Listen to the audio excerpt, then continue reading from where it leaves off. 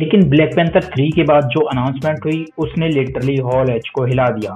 और ऑनेस्टली यार ये वो अनाउंसमेंट थी जिसका मार्वल फैंस पिछले 10-15 सालों से वेट कर रहे थे, जो है गोस्ट राइडर। एंड जी guys, finally Ghost Rider MCU में आ रहा है। और अगर तुमने रूमर्स इसके बारे में सुने हैं कि कभी मिडनाइट सन्स की रिपोर्ट्स आई है कि कभी इसे ब्लेड के थ्रू इंट्रोड्यूस करा जा रहा है एंड कभी डॉक्टर स्ट्रेंज के सीक्वल से कनेक्ट किया जा रहा है, लेकिन हर बार वो सिर्फ रूमर्स ही निकले। इसीलिए इस बार मुझे लग रहा था कि शायद मार्वल कुछ टीज करेगा, ऑफिशियल अनाउंसमेंट नहीं करेगा, लेकिन केविन फाइगी ने खुद स्टेज पर आकर डायरेक्टली कंफर्म कर दिया कि Ghost Rider is officially joining the MCU. और उसके बाद जो नाम अनाउंस हुआ उसके बाद हॉल एज लिटरली खड़ा हो गया, जो था रायन गॉसलिंग। एंड जी गाइस, फाइनली ऑफिशियल हो चुका है कि रायन गॉसलिंग एमसीयू के गोस्ट राइडर बनने वाले हैं। और ऑनेस्टली यार इससे बेटर फैन कास्टिंग शायद ही हो सकती है। पिछले कई सालों से सोशल मीडिया पर एक ही नाम ट्रेंड करता था, रायन गॉसलिंग। हर बार जब गोस्ट राइडर की डिस्कशंस होती थी तो फैंस बस एक ही एक्टर का नाम लेते थे, और इस बार मार्वल ने फैंस की बात सुन ली। ये देखकर जेन्युइनली अच्छा लगा, क्योंकि कभी कभी फैन कास्टिंग सिर्फ इंटरनेट तक ही रह जाती है, लेकिन जब स्टूडियो उस कास्टिंग को रियलिटी बना देता है तब एक्साइटमेंट ऑटोमेटिकली डबल हो जाती है। अब गोस्ट राइडर अनाउंस हो गया है, रायन गॉसलिंग भी कंफर्म हो गए हैं, लेकिन एक बड़ा सवाल अभी भी बाकी है कि हमें कौन सा गोस्ट राइडर देखने को मिल सकता है, जो है जॉनी ब्लेज, डैनी कैच या रॉबी रीज। तो तीनों कैरेक्टर्स कंप्लीटली डिफरेंट हैं। जॉनी ब्लेज की बात करें तो वो क्लासिक गोस्ट राइडर है जिसे ऑलमोस्ट हर मार्वल फैन जानता है। डैनी कैच की बात करें वो थोड़ा डार्क का वर्जन है। एंड अगर रॉबी रीज की बात करें जो सिर्फ कार चलाता है, बाइक नहीं।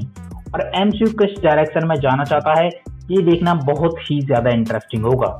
एंड पर्सनली मुझे लगता है कि मार्वल को जॉनी ब्लेज से स्टार्ट करना चाहिए, क्योंकि अगर तुम सुपरनेचुरल साइड बिल्ड करना चाहते हो तो जॉनी ब्लेज उस यूनिवर्स का परफेक्ट एंट्री पॉइंट हो सकता है।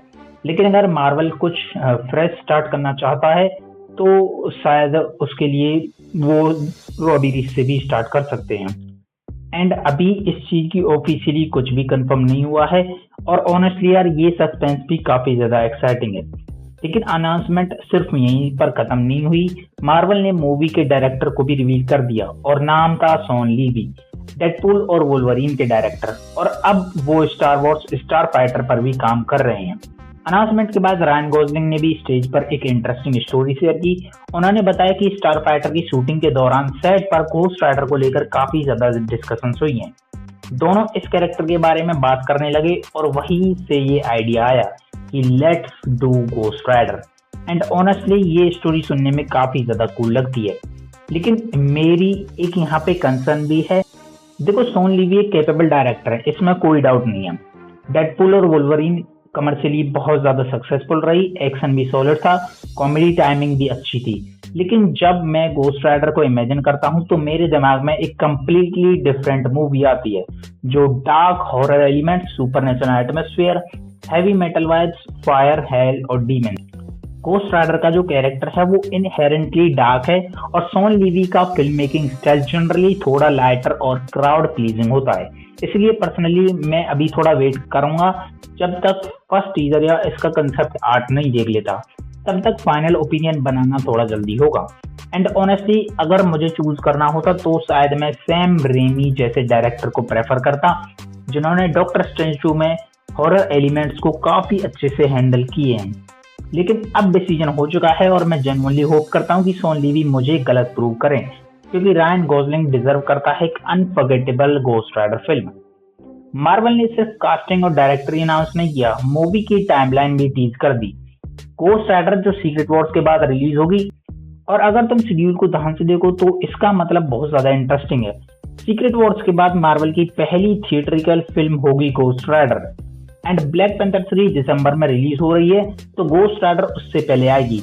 मतलब एमसीयू का कंप्लीटली नया एरा एक सुपरनेचुरल कैरेक्टर से स्टार्ट होगा। एंड ऑनेस्टली यार ये मैंने कभी भी एक्सपेक्ट नहीं किया था।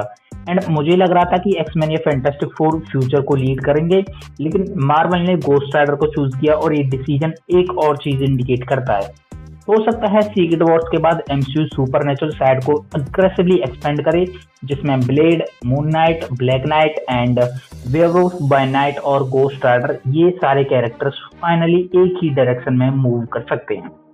गोस्ट राइडर अनाउंसमेंट के बाद हॉल एच में लाइट्स थोड़ी डिम होती हैं, बैकग्राउंड में म्यूजिक चेंज होता है और ऑडियंस को समझ आ जाता है कि अब बारी है अवेंजर्स डूम्सडे की। स्क्रीन पर अवेंजर्स का लोगो आता है और एक एक करके कास्ट को स्टेज पर बुलाया जाता है, लेकिन सबसे पहले स्टेज पर आते हैं अपने रॉबर्ट डाउनी जूनियर एंड उसके बाद आते हैं पेड्रो पास्कल, फिर क्रिस एवंस और फिर आती हैं हेली एटवेल। और ऑनेस्टली यार, हेली एटवेल को स्टेज पर देखते ही एक चीज ऑलमोस्ट कंफर्म हो गई कि पैगी कार्टर अवेंजर्स डूम्सडे में आ रही है। वैसे भी ये एक्सपेक्ट किया जा रहा था, लेकिन मार्वल ने प्रैक्टिकली उस बात पर ऑफिशियल स्टैंप लगा दिया। स्टेज पर थोड़ी मस्ती चल रही थी, तभी रॉबर्ट डाउनी जूनियर माइक उठाते हैं और पेड्रो पास्कल की तरफ देखकर एक सवाल पूछते हैं, तो रीड रिचर्ड्स और डॉक्टर डूम के बीच कोई हिस्ट्री है? एंड यहाँ पे ऑडियंस हंसने लगती है एंड सबको आंसर पता ही है, लेकिन सब सुनना चाहते हैं रीड रिचर्ड से, यानी कि पेड्रो पास्कल से। एंड तभी पेड्रो पास्कल मुस्कुराते हैं और सिर्फ वो दो शब्द बोलते हैं, बेस्टीज। एंड बस इतना बोलकर वो चुप हो जाते हैं। लेकिन मार्वल फैंस के लिए ये दो वर्ड्स ही काफी थे, क्योंकि कॉमिक्स में रीड रिचर्ड्स और विक्टर वॉन डूम का जो रिलेशनशिप है वो मार्वल हिस्ट्री की सबसे आइकॉनिक राइवलरीज में से एक है, और अब लग रहा है कि एमसीयू भी उसी डायरेक्शन में जा रहा है। एंड ऑनेस्टली ये एग्जैक्टली वही चीज है जो फैंस देखना चाहते थे, क्योंकि डॉक्टर डूम सिर्फ एक अवेंजर्स विलेन नहीं है, वो सबसे पहले फैंटास्टिक फोर का विलेन है। और अगर मार्वल उन दोनों कैरेक्टर्स की हिस्ट्री प्रॉपर एस्टेब्लिश करता है तो डूम्सडे इमोशनली भी उतनी ही पावरफुल हो सकती है जितनी एक्शन में होगी। लेकिन उसके बाद स्टेज पर एक ऐसा मोमेंट आया जिसकी ऑनेस्टली किसी ने भी एक्सपेक्टेशन नहीं की थी। सब लोग आरडीजे, पेड्रो पास्कल और क्रिस एवंस की कॉन्वर्सेशन एंजॉय कर रहे थे, तभी ऑडियंस के बीच एक ग्रे कलर का डेडपूल सूट पहने हुआ एक बंदा स्टेज की तरफ आता है। एंड पहले सबको लगा कि ये कोई नॉर्मल कॉस्प्ले होगा। कॉमिक कॉन में ऑब्वियसली हजारों लोग कॉस्ट्यूम्स पहनकर आते हैं, इसीलिए किसी ने भी उस बंदे पर ध्यान नहीं दिया। लेकिन जैसे ही उसने माइक उठाया और उसने बोलना शुरू किया तो पूरा हॉल एच हंसने लग गया। एंड क्योंकि वो एक्चुअली में रायन रेनॉल्ड्स था, तो रायन रेनॉल्ड्स ने आते ही अपने टिपिकल डेडपूल स्टाइल में सबको रोस्ट करना शुरू कर दिया। आरडीजे के साथ मजाक किए, पेड्रो पास्कल के साथ जोक्स किए और ऑडियंस के साथ भी फुल इंटरेक्शन रहा। लेकिन थोड़ी देर बाद स्टेज का एटमॉस्फेयर कंप्लीटली लाइट हो गया, लेकिन उसके कॉमेडी के बीच उसने एक बहुत इंटरेस्टिंग चीज इनडायरेक्टली कंफर्म कर दी। उसने ऐसे बात की जैसे डेडपूल अवेंजर्स डूम्सडे का हिस्सा नहीं है। एंड अब ऑब्वियसली यार रायन रेनॉल्ड पर हम पूरी तरह भी ट्रस्ट नहीं कर सकते, क्योंकि ये वही बंदा है जिसने डेडपूल और वुल्वरीन के ऑलमोस्ट सारे सरप्राइजेस हाइड करके रखे थे। लेकिन ऑब्वियसली अगर देखा जाए तो अभी तक डेडपूल अवेंजर्स डूम्सडे की कास्ट का पार्ट नहीं है। एंड ऑनेस्टली मुझे लगता है कि मार्वल उस कैरेक्टर को सीक्रेट वॉर्स के लिए सेव कर रहा है, क्योंकि अगर कोई मूवी मल्टीवर्स का कंप्लीट सेलिब्रेशन बन सकती है तो वो सीक्रेट वॉर्स ही होगी। इसलिए मुझे पर्सनली लगता है कि रायन रेनॉल्ड्स ने सिर्फ आधा ही सच बोला है। कॉमेडी खत्म होती है, लाइट्स डिम हो जाती है और मार्वल ऑडियंस से एक रिक्वेस्ट करता है, प्लीज अपने अपने फोन स्विच ऑफ कर दीजिए। एंड दरवाजे बंद हो जाते हैं, रिकॉर्डिंग अलाउड नहीं होती, फोटोज अलाउड नहीं होती और उसके बाद शुरू होती है अवेंजर्स डूम्सडे की एक्सक्लूसिव फुटेज।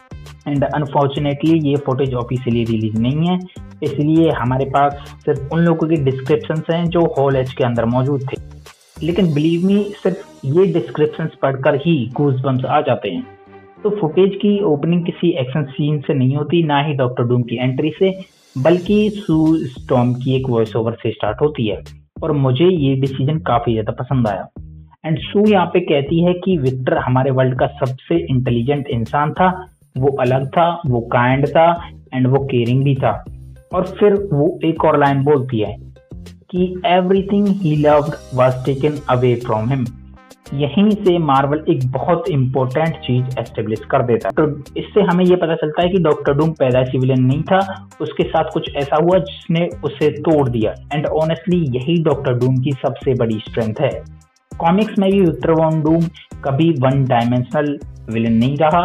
उसके एक्शंस गलत होते हैं लेकिन उसके रीजंस हमेशा समझ आते हैं। और अगर मार्वल उस कॉम्प्लेक्सिटी को मेंटेन करता है तो डॉक्टर डूम इजीली एमसीयू का बेस्ट विलेन बन सकता है। सू की डायरेक्शन के बाद सीन शिफ्ट होता है और हम रीड रिचर्ड्स को देखते हैं। वो सीधे विक्टर के पास जाता है और उसका कॉलर पकड़ लेता है और गुस्से में उससे एक चीज पूछता है। वो कहता है कि Victor, did you do this? And Doctor Doom पहले उसे कुछ नहीं बोलता एंड रीड दोबारा फिर उसे चिल्लाकर पूछता है, answer me Victor, did you do this? और फिर फाइनली डॉक्टर डूम सिर्फ एक सेंटेंस बोलता है, they are living stolen lives and now they have to give them back. बस ये एक लाइन, लेकिन उस एक लाइन ने इंटरनेट पर हजारों थ्योरीज शुरू कर दी हैं। अब यहाँ थोड़ा एनालाइज करें तो डॉक्टर डूम स्टोलन लाइव से क्या मीन कर रहा है। देखो, मुझे लगता है ये मल्टीवर्स की तरफ डायरेक्ट हिंट है और हो सकता है विक्टर बिलीव करता हो कि मल्टीवर्स के कोलैप्स की वजह से बहुत सारे लोग अपनी ओरिजिनल जिंदगी खो चुके हैं, या फिर उसका मानना है कि करंट रियलिटीज अननेचुरल हैं और वो सिर्फ यूनिवर्स को उसकी ओरिजिनल स्टेट में वापस लाना चाहता है। और अगर ऐसा ही है तो डॉक्टर डूम अपने आप को विलेन नहीं, एक सेवियर समझ रहा है। और ऑनेस्टली ये मोटिवेशन मुझे काफी ज्यादा पसंद है, क्योंकि बेस्ट विलेन वही होते हैं जो खुद को हीरो मानते हैं। और फिर आता है फुटेज का सबसे इंसेन मोमेंट, जहां पे थॉर अपनी फुल पावर के साथ डॉक्टर डूम पर अटैक करता है एंड बिजली आसमान से गिर रही है। स्टॉर्म ब्रेकर के साथ वो सीधा डॉक्टर डूम की तरफ चार्ज करता है और फिर डॉक्टर डूम सिर्फ 2 उंगलियों से उस अटैक को रोक देता है, बिल्कुल वैसे ही जैसे हम टीजर में देख ही चुके हैं।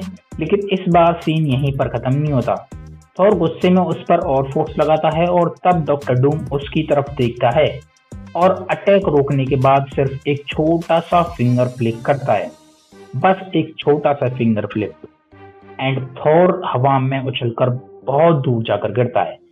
अब यहाँ पे तुम लोग एक चीज इमेजिन करना कि एमसीयू का गॉड ऑफ थंडर जिसने थैनोस की ऑलमोस्ट फाड़ के रख दी थी, उसे डॉक्टर डूम ने लिटरली फिंगर से उड़ा दिया।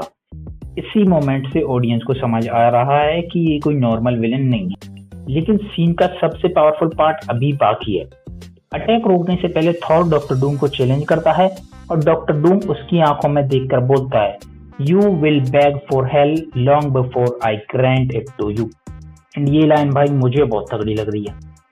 एंड थॉर उसके बाद फिर अटैक करता है, फिर अटैक फेल हो जाता है एंड और उसके बाद डॉक्टर डूम आराम से एक डायलॉग बोलता है, hell answers to me. And भाई यही वो डॉक्टर डूम है जो हमें देखना है, यही देखना चाहते थे हम, जो ना चिल्लाए, ना ओवर रिएक्ट करे, जो ना अननेसेसरी के जोक्स करे, सिर्फ उसका कॉन्फिडेंस और उसकी प्रेजेंस और सिर्फ एक एक लाइन से सामने वाले को डरा दे।